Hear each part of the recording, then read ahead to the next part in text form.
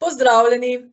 Veseli nas, da ste danes z nami na webinarju, na katerem bomo govorili o temi, ki je za varnost organizacij vse pomembnejša. Kako učinkovito nadzorovati dostope do ključnih sistemov in preprečiti, da bi ti prišli v napačne roke. Privilegirani dostopi omogočajo dostop do najpomembnejših sistemov, aplikacij in podatkov v podjetju. Če niso ustrezno upravljani, lahko predstavljajo resno varnostno tveganje, saj napadalcu omogoči širok dostop do informacijskega okolja. To je še posebej pomembno v OT okoljih, kjer so sistemi neposredno povezani z operativnimi procesi, proizvodnjo ali kritično infrastrukturo. V takšnih okoljih lahko neustrezno nadzorovani dostopi vplivajo ne le na podatke, ampak tudi na delovanje procesov, opreme in poslovanja. Ob tem se mnogi med vami soočate tudi z zahtevami Zakona o informacijski varnosti, ki dodatno poudarja upravljanje tveganj, zaščito ključnih sistemov in krepitev kibernetske odpornosti. Danes je z nami Boris Krajnc, strokovnjak za kibernetsko varnost v Telekomu Slovenije, ki bo predstavil, kako lahko organizacije z učinkovitim upravljanjem privilegiranih dostopov zmanjšate tveganja, bolje zaščititi IT in OT okolja ter se bolj sistematično pripravite na varnostne in zakonodajne zahteve. Webinar bo trajal približno 30 minut, vprašanja lahko sproti zapišete v Q&A okno, na koncu pa jih bomo naslovili skupaj z Borisom. Boris, si tukaj? Ja, vsekakor. Si tukaj z nami, pripravljen? Sem pripravljen. Tako da ti predajam besedo, hitro še povem, da se današnji webinar snema in boste posnetek prejeli tudi v naslednjih dneh. Tako, izvoli.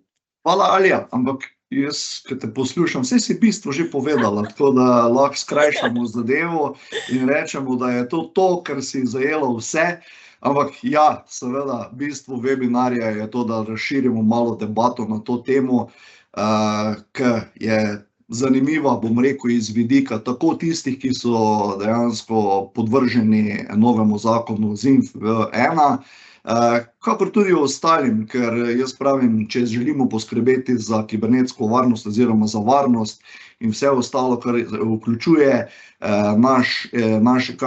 naši IKT sistemi, je dobro, da sledimo tudi novim smernicam in novim tehnologijam in poskrbimo za maksimalno zaščito.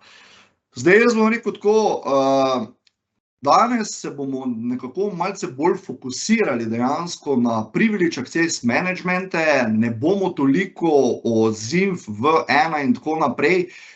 Imam sicer pripravljenih nekaj slajdov, skozi katere bomo šli in jih boste lahko tudi kasneje pogledali, zgolj kot opomnik, ker jaz bom rekel tako, če ste subjekt po ZINF-1 in šele o osnovah razmišljate, smo odkrito rečeni, ste malce pozni. Zaradi tega, ker stvari se dogajajo, datumi, tisti ključni datumi se približujejo zelo hitro.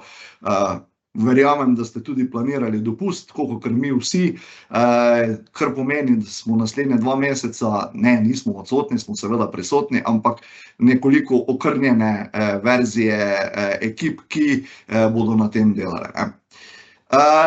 Torej, jaz za začetek bom rekel tako, glede na to, da sem pogledal seznam, kdo vse je prisoten, se ne bi niti kaj na dolgo in široko predstavljal, zaradi tega, ker Alja tega ti ne poslušaj, pol dobivam ponudbe za službo, šalim se. Ja, ne dovolim, nič. Ne dovoliš, ti mene spustiš, okej, zmenjeno. Ampak ja, edina razlika pri meni izmed mogoče preteklih mesecev, preteklih webinarjev je ta, da sem pri nas prevzel tudi eno skupino, zdaj tlele imam kratico UNVR, a kdo slučajno ve, kaj pomeni UNVR? Spet ena izmed kratic, upravljanje naprednih varnostnih rešitev. Sicer pa še vedno Boris Krajnc in še vedno v Telekomu Slovenije, seveda.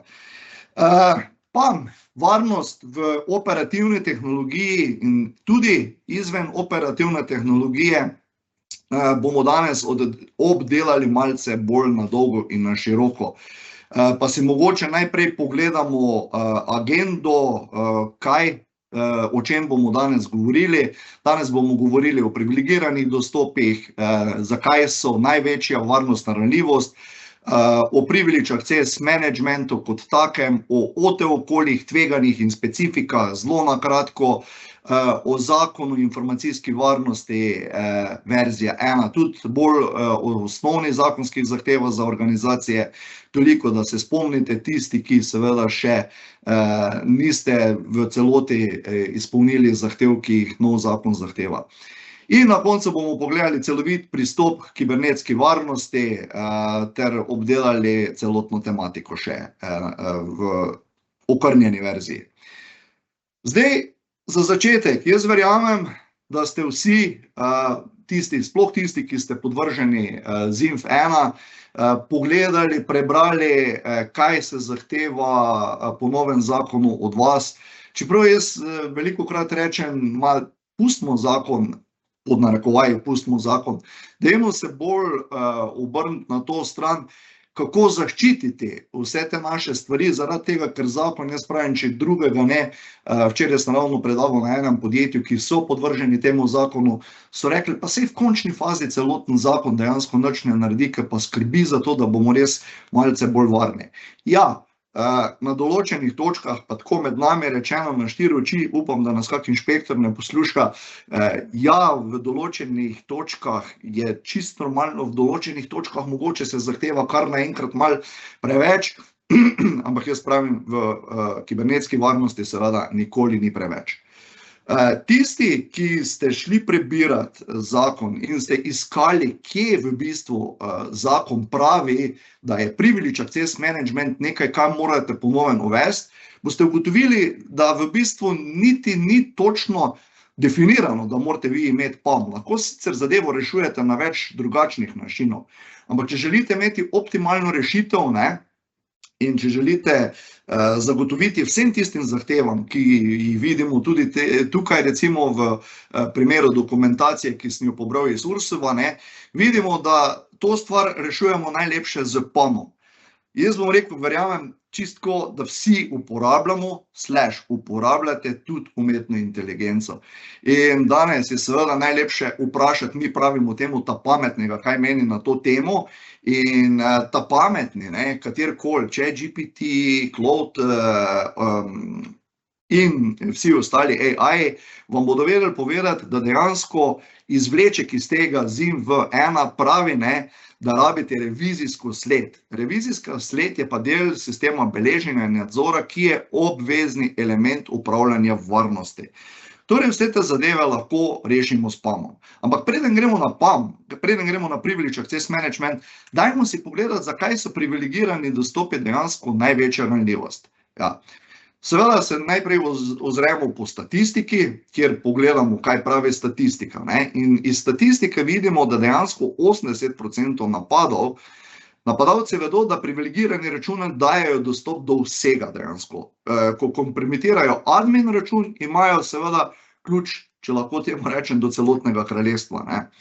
74% vključuje tako zunanje napadalce, ki ukradejo poverilnice, kot tudi notranje akterje. Zdaj, kaj so notranje akterje? So lahko zaposleni, lahko so pa tudi izvajalci. In dejansko 3-krat višji strošek pomeni notranji akter, ki je še posebej nevaren, ker že imajo dejansko nek legitimen dostop. In to odkritje ponavadi traja tudi dalj časa, da ga sploh odkrijemo, da se nekaj v naših omrežjih dogaja. Zdaj, tale statistika, 197 dni, 210, 211, vidimo tudi 250 dni, recimo, povprečje do odkritja, da imamo hekerja v omrežju. Jaz bom rekel, kar rečemo tam, povprečje 200 dni se heker dejansko sprehaja po vašem omrežju. Bodi si IT, bodi si OT, krade podatke, širi dostop in se komaj pripravlja dejansko na nadaljni napad. Zdaj, ne vem, če se mogoče spomnite unih primerov SolarWinds napada, recimo, ko so napadalci imeli dostop mesece, preden so jih sploh odkrili.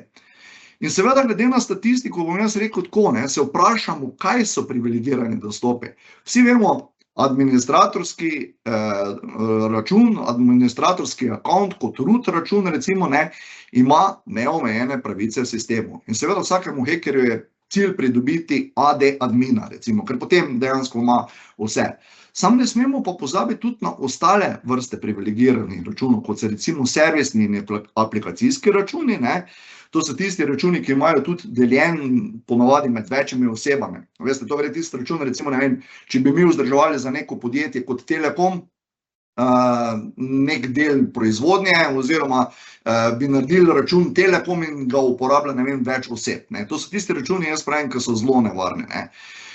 Potem imamo SSH ključe, v večjih okoljih recimo imamo tudi več 100 ključev, ki so nekje shranjeni in vemo, da z SSH ključem sploh ne rabiš username, passworda in prideš na napravo, ne.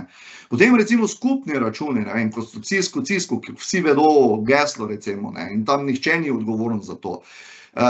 Ne nazadnje imamo tudi tako imenovane, ne vem, če ste že slišali za break-glass akaunte, ne, to so oni nujni dostopni računi, kdaj so sploh bili recimo zadnjič uporabljeni in database admin računi, ne, default gesla v produkciji. Tako da, ja, vidimo, da ni samo administratorski privilegirani račun tisti, ki ga hekerji iščejo seveda tudi vse ostale račune.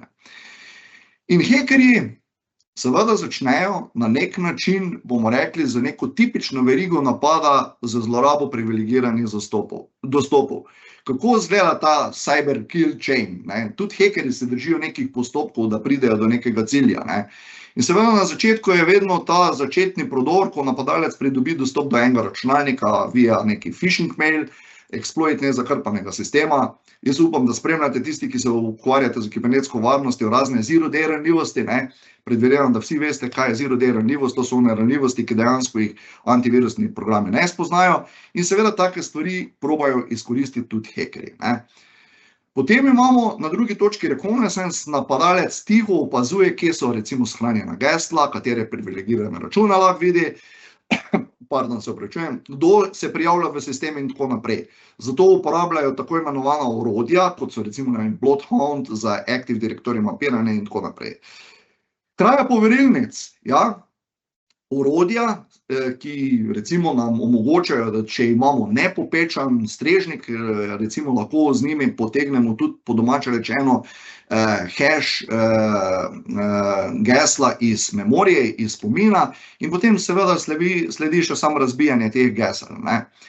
To je seveda kraja poverilnic, ki je kot tretja točka in potem imamo lateralno gibanje. Z ukradenimi privilegiranimi dostopi se napadalec premika med sistemi. Dejansko zlorabljajo legitimna orodja, kot so, ne vem, remote desktop, VMI, PSExec in tako naprej. In potem seveda eskalacija. Cilj je vedno, kot sem že prej omenil, vsakmu hekerju, da pridobi dejansko na nek način admin oziroma root dostop, ker potem dejansko ima vse na dlani, ne. Vam povem iz izkušenj, tudi v varnostnih pregledih, a veste, koliko dober feeling je, ko dobiš admin dostop od AD-ja. Ja, hekerji seveda to vidijo z drugačnega vidika, mi seveda, ki smo kot etični hekerji, gledamo to z druge strani, ne.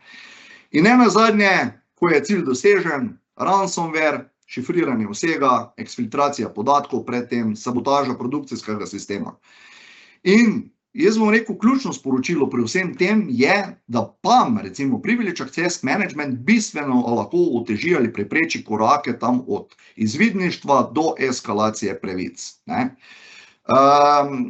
Pa si poglejmo mogoče malce več o teh Privileged Access Managementih, ki zmanjšanju tveganja nepooblaščenih dostopov z upravljanjem privilegiranih računov. Definicija, če lahko tako imenujemo PAM dejansko ni samo orodje. PAM je proces plus politika plus tehnologija. Zdaj, PAM recimo ima tako imenovane 4 neke stebre. Ne neke, ampak 4 stebre, kjer imamo recimo, ne vem, vault poverilnic. Gesla so shranjena, recimo v šifriranem trezorju, ne. Administrator sploh ne pozna gesla. Nekdo zunanji, ki se prijavlja v nek notranji sistem, sploh ne ve, kakšno je geslo, ker on rabi sam geslo za dostop do PAM-a, ki je seveda podprto za multifaktorsko autentikacijo in tako naprej. PAM inicira dejansko ta gesla direktno v sejo. Potem imamo tudi rotacijo gesel, gesla se samodejno zamenja po vsake seji lahko ali pa periodično. Potem imamo nadzor sej. Vsak privilegiran dostop je dejansko v PAM-u posnet. Jaz bom rekel, zdaj ne samo zaradi revizijske sledi. Tudi vam odkrito povem, je dostikrat dobro imeti za recimo nadzor zunanjih izvajalcev, privilege access management. Zakaj? Ker ko dobite račun, da so na vašem sistemu izvajali dela v obsegu 16 ur, govorim kar nekaj, greste potem preko PAM-a dejansko pogledati in vidite, da je mojster naredil 2 klika in to je bilo tudi vse, ker vidite dejansko lahko celotni video posnetek njegovega sessiona in vidite, kaj se je dejansko izvajalo. Potem imamo JIT dostop. Kaj pomeni JIT dostop? Just in time dostop, samo ko je potreben. Ni nujno, da je omogočen dostop nekemu zunanjemu izvajalcu konstantno, ampak ga lahko odprete samo na zahtevo, samo po potrebi. Vmes oziroma pri odpiranju zahteve lahko določite, da zunanji izvajalec ima naslednjo uro ali pa 2 ali pa 3 ure dejansko odprt dostop in potem se ta dostop, ker vsi vemo, da smo zelo zasedeni, avtomatsko zapre. Kar pomeni, da ne rabimo več skrbeti, zdaj še moramo pa tam zapreti zunanjemu izvajalcu dostop oziroma dostop do notranjega sistema, ker se bo po 2 ali 3 urah seveda zadeva ustavila oziroma zablokirala sama. No, na koncu pa ne smemo pozabiti tudi na multifaktorsko autentikacijo in avtorizacijo. 4eyes princip, če ste kdaj slišali 2 človeka, recimo, ki morata odobriti kritični dostop, recimo, ne vem, da spuščamo nekoga na AD ali pa v operativno tehnologijo, tudi recimo, ne vem, na nek anomaly detection sistem in tako naprej, morata to odobriti recimo 2 človeka preko PAM-a, da dejansko dobi nekdo lahko dostop. PAM arhitektura, kako to izgleda v praksi? Uporabniki dejansko so, če pogledamo na levi strani, so IT admini, razvojniki, DevOps inženirji, zunanji izvajalci, varnostni analitiki, pa mogoče sem še celo koga pozabil od teh uporabnikov. Vsi se seveda morajo autenticirati v Privilege Access Management platformo in nikoli direktno na sisteme. Seveda, kako pridejo ti ljudje sploh do PAM-a? Zdaj jaz bom rekel, nekateri pravijo, da določeni PAM-i, kot recimo imamo enega izmed teh, ki bom kasneje videl, Delineja, recimo, lahko izpostavimo tudi na zunanji javni IP naslov. Jaz osebno nisem pristaš tega, jaz osebno še vedno zagovarjam, zunanji izvajalec mora obvezno zaključiti oziroma client-to-site VPN povezavo, ali pa če imamo redna dela vsak dan, da imamo site-to-site VPN povezavo in potem na Privilege Access Managementu mora izvajalec narediti prijavo z multifaktorsko autentikacijo in če smo čisto odkriti, bomo rekli, mogoče malo kompliciramo, ampak dejansko s tem zagotavljamo tisto optimalno varnost. Na drugi strani pa so, če lahko rečem, tarče dostopa od Windows serverjev, Linuxov, network naprav, baze podatkov, OT, operativna tehnologija, SCADA sistemi, tudi cloud konzole, recimo. PAM implementacija, zdaj kako sploh začeti, če se odločite za PAM implementacijo, zdaj če delate to z nami, vam tako mi pomagamo pri tem, ker mi v bistvu trenutno imamo 2 produkta, en je Fortinet PAM, drug je Delineja PAM, vam seveda pomagamo, ampak vse tu boste videli zdaj, kaj v bistvu rabite za samo implementacijo. Najprej rabite seveda Discovery, popis vseh privilegiranih računov, identifikacijo servisnih računov in vse, kar vidite tlele napisano. SSH ključi, če jih uporabljate in tako naprej. Potem prioritizacija, določitev kritičnih sistemov, kateri sistemi so kritični, manj kritični in tako naprej. Koga dejansko boste kam spustili. Potem imamo implementacijo, ki vsebuje vault gesla, multifaktorska autentikacija za admin dostope, session recording, na kak način boste snemali, koliko se shranjuje in tako naprej. Just in time, recimo, ta je tudi zelo pomembna zadeva, ker vedno več organizacij, ki uporabljajo PAM, se poslužujejo just in time dostopov, to pomeni zunanji izvajalec vas pokliče, jaz rabim dostop, se povežete na PAM, date kljukico, mu omogočite dostop, rečete naslednje 3 ure, mu dovolim in to je to. potem privilegiji in na koncu pride do operacionalizacije. Malo sem se po slovensko hotel izraziti, pa mi je čudno izpadlo. Alerting in SOC integracija, seveda redni varnostni pregledi, usposabljanje ekip in tako naprej. Tako da to je v bistvu nekako celotni postopek implementacije PAM-a. Zdaj, jaz sem že omenil FortiPAM, recimo kot del Fortinet Security Fabric storitev. Pri nas lahko seveda dobite tudi ostale produkte, kar se tiče iz Fortinet platforme. Bi pa pri tem Fortinet PAM-u recimo omenil, da je vsaj za moje pojme izredno cenovno ugodna zadeva, pa ne me vprašati za ceno, sploh imam nič več prodajo.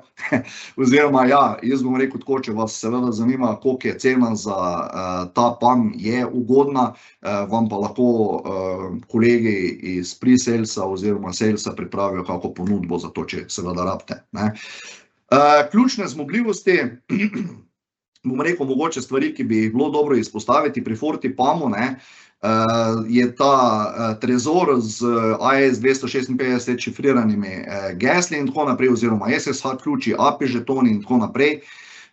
Samodejno odkrivanje neupravljivih privilegiranih računov v omrežju, recimo, pa njihov onboarding, potem imamo session monitoring, snemanje isto, kot smo že prej povedali, seje se snemajo, video, keystroke, možnost prekinitve, tvegane seje v živo, kar je zelo pomembno. Če bi videli, da naš zunanji izvajalec nekaj počne, kar se nismo dogovorili, prenaša neke podatke, za katere ni bilo dogovorjeno, čeprav to lahko že prej omejimo, seveda, in dostop samo, ko je potreben, tudi z minimalnimi pravicami, recimo. V čem se diferencira od recimo mogoče drugih sistemov, ta ZTNA integracija je dejansko najmočnejši adut FortiPAM-a, ki kontinuirano preverja status neke naprave, na katero se nekdo povezuje. Kaj to dejansko pomeni? To pomeni, da Fortinet preverja, recimo, če bi se na napravi, do katere dostopa zunanji izvajalec, recimo na nek Windows operacijski sistem, izklopil antivirusni program. Potem se seja do kritičnega vira samodejno pregine. To pomeni taka povezava, če bi zdaj hotel izklopiti brez naše vednosti nekdo antivirusni program, potem to FortiPAM dejansko izključi tako sejo. Potem Security Fabric, če organizacija že uporablja FortiGate, FortiEDR, FortiAnalyzer, dobi dejansko enotno vodljivost pa korelacijo dogodkov. O tem ne bi šli niti preveč v detajle, ker lahko izveste, če vas seveda ta PAM zanima. Zdaj, za koga je seveda zanimiv, najbolj smiseln je recimo, za organizacije, ki že imajo Fortinet ekosistem, če ga nimate, ne vem, zakaj še ga nimate, zdaj sem spet malo marketinški, sinergija dejansko zniža oziroma poenostavi upravljanje, licenciranje pa je dejansko izvedeno po sočasno prijavljenih uporabnikih. To pomeni, vi lahko rečete, pa ne me zdaj za besedo držati, kar neko kvazo številko se bom spomnil, rabili bomo enega sočasnega uporabnika, če ste manjši, recimo, ne vem, za enega sočasnega uporabnika je licenca, kaj pa vem, 80 evrov. Ne govorimo zdaj to tako o nekaj 10 tisočakih, ne pa po ustvarjenih računih, seveda. To pomeni, jaz se lahko povežem, ker jaz neham, se lahko moj kolega poveže in tako naprej. Imamo enega sočasnega uporabnika in imamo za zelo nizko ceno zadevo. Tako da, to je, kar se FortiPAM-a tiče, tlele tudi imamo schematsko, kako izgleda povezava od zunaj, recimo na notranje neke sisteme, pa se pravim, če koga dejansko to zanima, bi mogoče več od samih naših kolegov pridobili. Potem imamo pa še Delinea, specializirana platforma, huda zadeva, zelo sofisticirana stvar, nekoč je to bil Thycotic plus Centrify, če kdo pozna, in je ena izmed vodilnih specializiranih PAM platform. Cenovno mogoče malo višja cena, ampak jaz sem rekel, vse veste, vozimo se, ne vem, z Dacijo, pa bog ne daj, da bi imel kaj proti, lahko se pa vozimo tudi z Mercedesom, vemo, kakšna je razlika, povsod se vozimo, ampak nekje malo drugače, druge pa tudi pri teh PAM-ih je tako, oziroma vse pri vseh produktih tako. Skratka, kaj bi bilo za izpostaviti, 4 ključne produkte, recimo Secret Server, spet imamo to avtomatsko rotacijo gesel, proxy zmogljivosti, session monitoring v živo, tako kot pri večinam PAM-ih.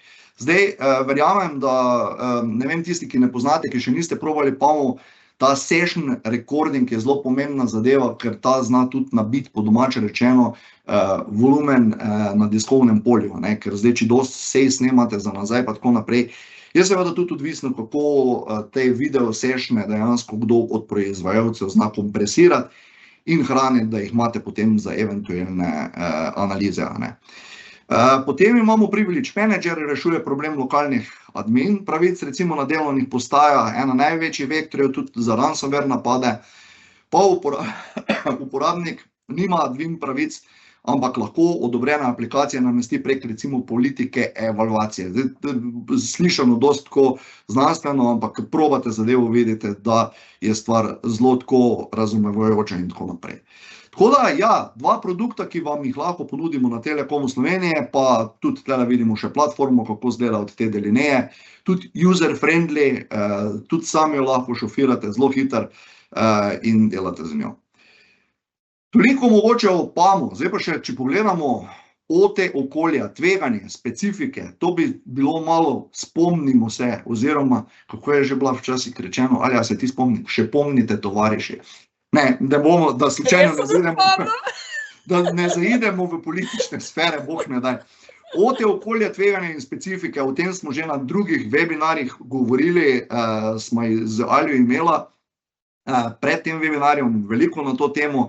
Ampak, če tako jaz naredim malo primerjavo, IT vs OT, ključne razlike, ne? Vsi vemo, kaj je ta CIA triada, če še se kdo spomni iz preteklih webinarjev, kaj pomeni na IT okolju najprej confidentiality, ne? Na drugi strani v OT okolju je seveda najbolj pomembna razpoložljivost. Življenjski cikel IT okolja 3 do 5 let, OT okolja 15 do 30 let. Še vedno na mojih predavanjih poslušam od slušateljev, da imajo v OT okoljih stare PLC-je tudi 22 let. Ja, včeraj sem bil v enem podjetju, so rekli, da povprečje naprav je staro 15 let. Pa deluje, seveda deluje. In jaz bom rekel, tele imate nanizan kar nekaj teh razlik, seveda ne smemo nikakor izpustiti protokolov, ki so čist drugačni in seveda zdaj, če v OT okolju delamo povezave preko PAM-a, kar boste videli v nadaljevanju, je potrebno razumeti tudi, da PAM mora vedeti, v bistvu, kaj pomeni protokol Modbus, DNP3, 104, etc. Ja, to je mogoče še ključna tveganja v OT okoljih. Nekoč so bili to izolirani sistemi, danes povezani z IT omrežjem, s internetom in vse ostalo. Vsaka povezava je lahko potencialen napadni vektor.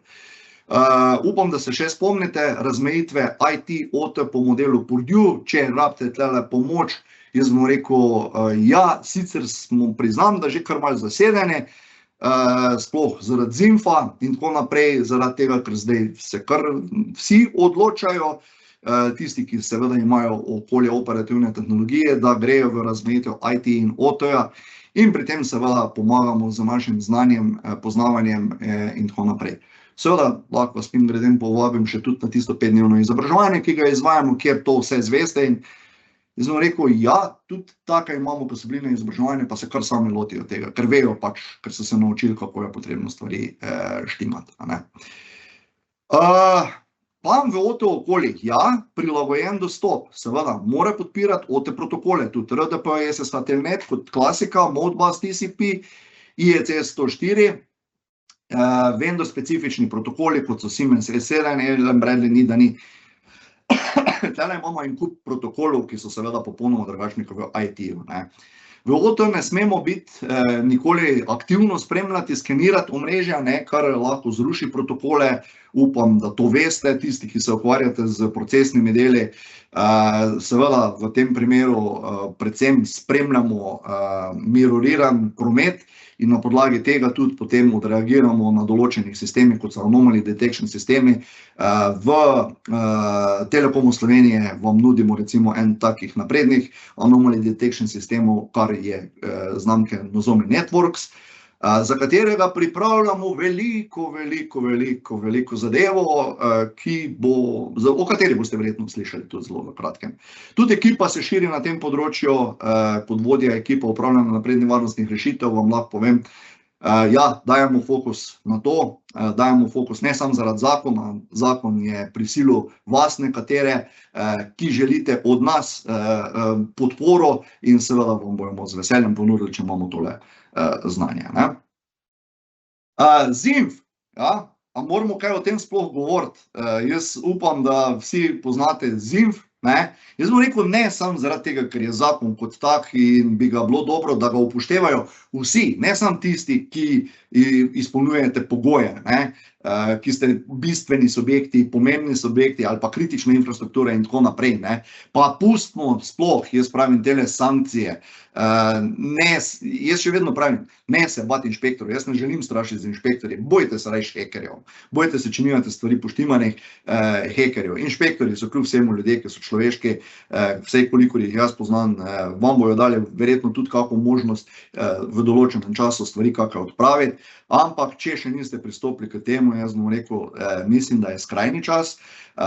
Vem pa za informacijo, recimo, pa sem mislim, da to ni nobena skrivnost taka, tudi ne bomo izpostavljali nobenega, 1200 do 1300 je novih subjektov v Sloveniji, kolikor jaz vem, bojda jih še se 300 ni niti prijavilo, samo prijavilo, ne. Odkrito vam povem, da sem na terenu naletel na dejansko podjetje, ki je subjekt, ne, pa so me zelo čudno gledali, ker sploh niso vedeli, kaj pomeni ZINF.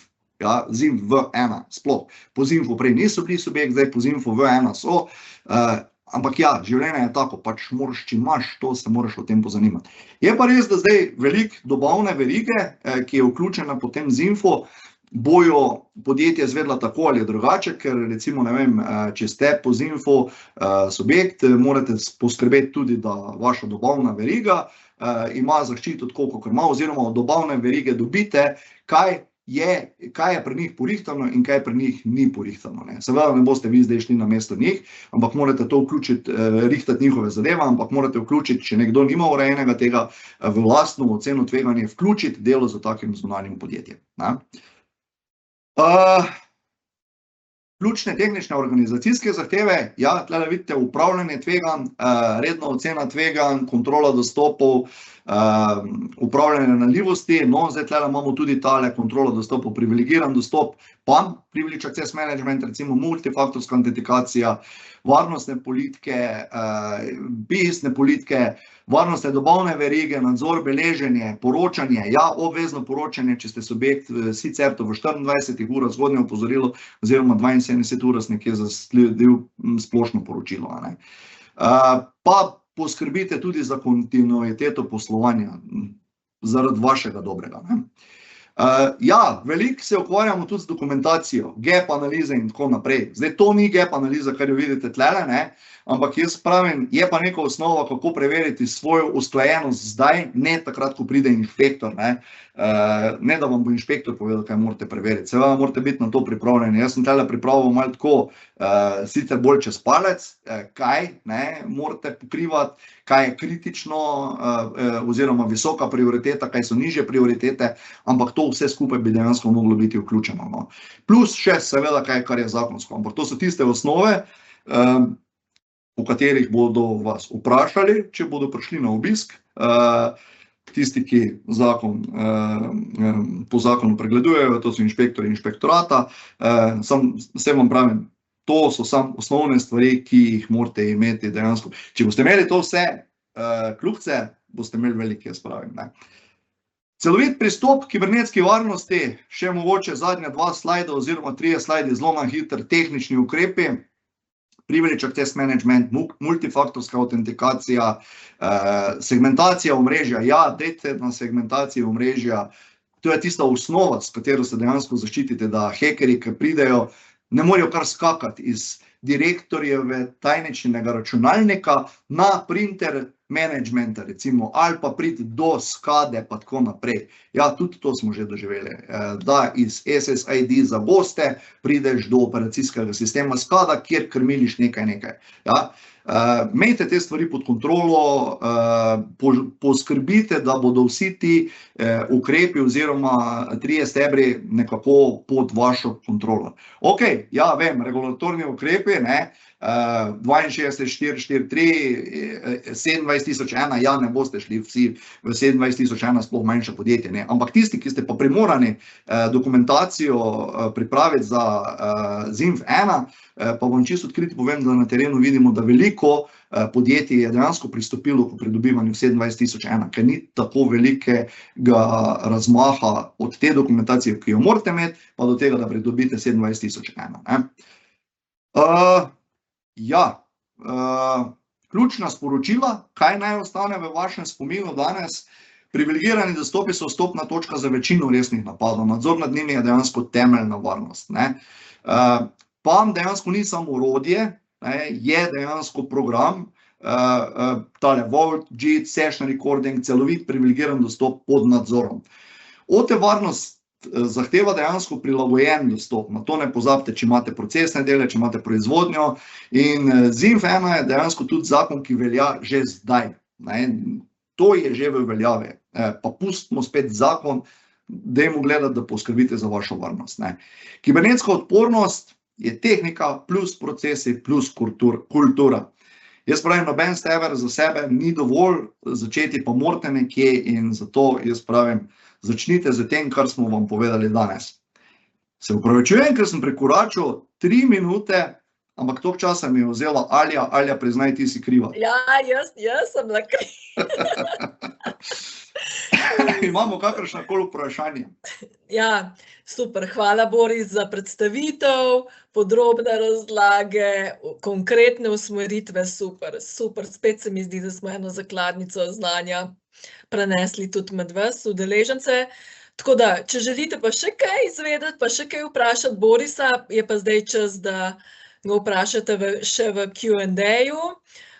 Lahko tudi delite kakšne vaše prakse, kakšne, mogoče imate celo vi še kakšno super dobro prakso, ki bi jo delili z nami, ali pa imate še kakšno konkretno vprašanje. Vidim že jaz eno vprašanje, A ti že vidiš? kaj podobnega kot osebni Vault poverilnic. Ja, dejansko je. Čakaj, nismo slišali vsi, nismo slišali mogoče, Boris, še enkrat prosim. Niste slišali. Vprašanje pravi, ali je Vault, a si me ti mutala slučajno? Ne. Si ne upam. Smišljal, da sem se kaj zameril.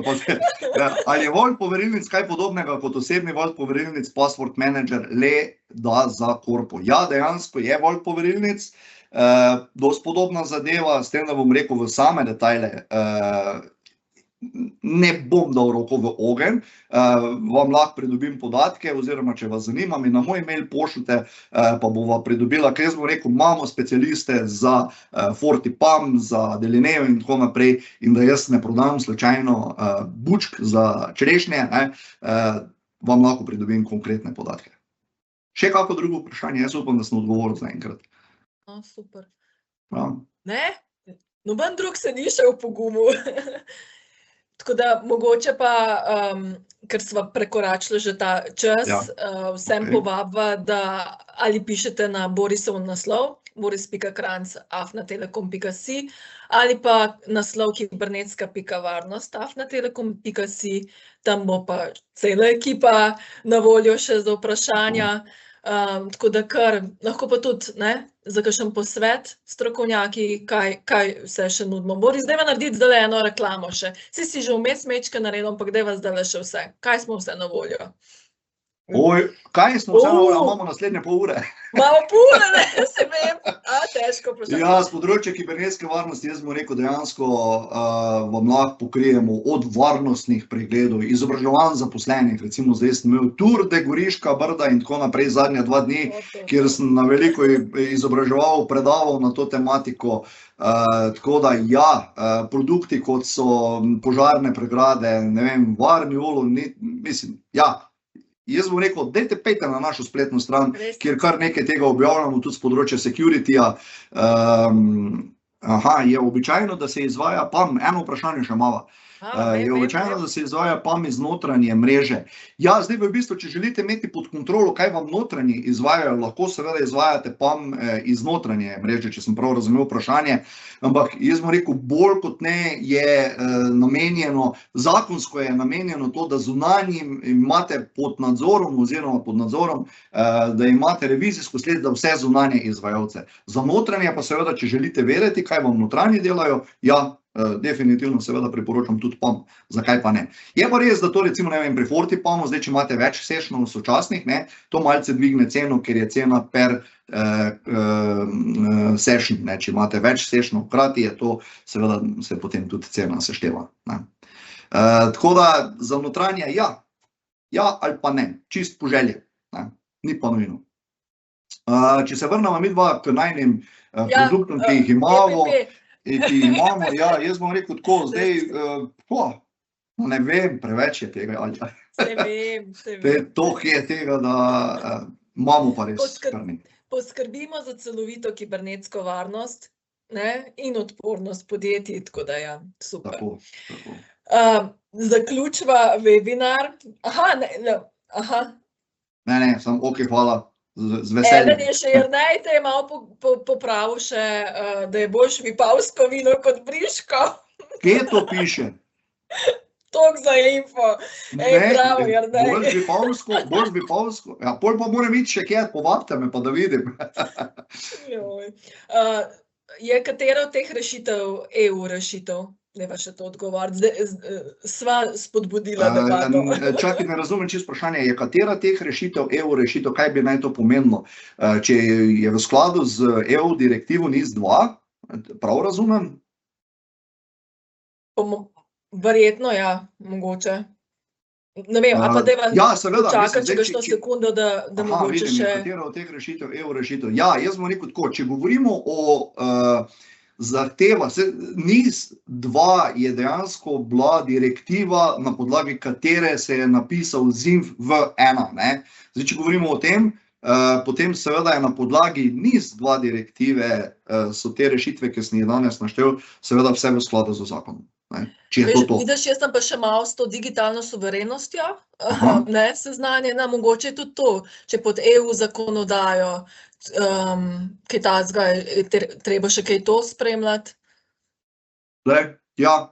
Mogoče že gospod ali pa gospa, ne, če je made in EU, ok, zdaj ste me pa najdli, priznam. Za Fortinet, če vemo, odkot izhaja Fortinet, ja, ne, za Delinejo pa bi mogel prav pogledati.